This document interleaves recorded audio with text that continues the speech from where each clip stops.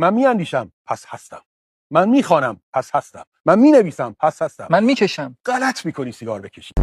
آقا شما چند سالتونه؟ هیچ وقت از یه خانم سنشو نمیپرسن. شما خبرنگارها فرتی ایراد نگیرید. بابا من خبرنگار نیستم اصلا. وقتی خیلی عصبانی میشید چیکار میکنید؟ معمولا عصبانی نمیشه. مثلا دعوای فیزیکی تا حالا کردید؟ امکان نداره. مثلا در معرضش قرار گرفتید، مثلا یه جایی یه لیوان آب بخورم آرام میشه. من فکر کنم مثلا بقیه هم دعوا کنن شما تو ذهن خودم آب میخورم آروم میشه. تو ذهن خودتون آب میخورید. آقا اگه میتونستی به یه جای تاریخ سفر کنی، بخواید با یه نفر معاشرت بکنی، برمیگردید به کجای تاریخ و با کی معاشرت میکنید؟ یک حضرت آدم. چی میگید بهش؟ میگم هوا کجاست؟ بشر به چی منتهی میشه؟ بشر به چی منتهی میشه؟ به خدا نمیدونم. به مرگ. آها مرگ.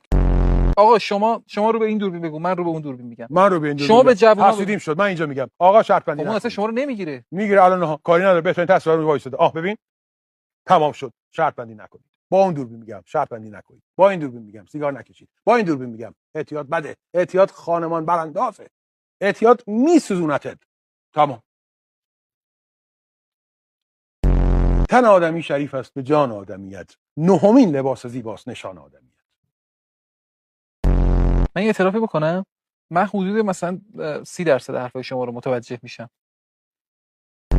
مگه من گزارش کردم خودت گل زده؟ اون گل زده که من گزارش کردم. من گزارش نکردم اون گل بزنه. فلسفه بود فهمیدی برای این جمله رو؟ تو سیگار میکشی؟ بله. دست راست تو بیار بالا. من امیرحسین قسم میخورم به شرافت مادرم، به حقیقت پدرم که دیگر سیگار نکشم. فقط سیگار اعتیاد نداشته باشم. نه دیگه اینجا از دست دادی منو. بس دیگه چی دیگه؟ سیگار میکشی؟ سعیم را میکنم. سعی نمیخواد بکنی. قسم بخور. شنبه تا چهارشنبه نمیخواد این خالی بندیو نکن. کسی که میخواد نکشه همین الان میندازه زیر پاش لهش میکنه. ندارم الان.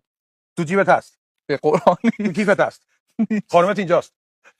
کجاست؟ سیگار کیفشو بردارین بیارید. نمیکشم من آقا. سیگار نمیکشی؟ سیگار نمیکشم. دست بزنی براش. نه دست نزنی. سیگار میکشی؟ فقط سیگار رو پرسید. فقط سیگار رو پرسید. سیگاری هم میکشی؟ چیزای دیگه رو بپرسید. خودمون بازی دوباره دوست دارم که گزارشش بکنم. ایران و یوگسلاوی 1998. یکیچ باختیم بازی. چه جوری گزارش می‌کردید اون بازی رو؟ یه کاری می‌کردم توپی که مداد زد رفت بیرون گل بشه.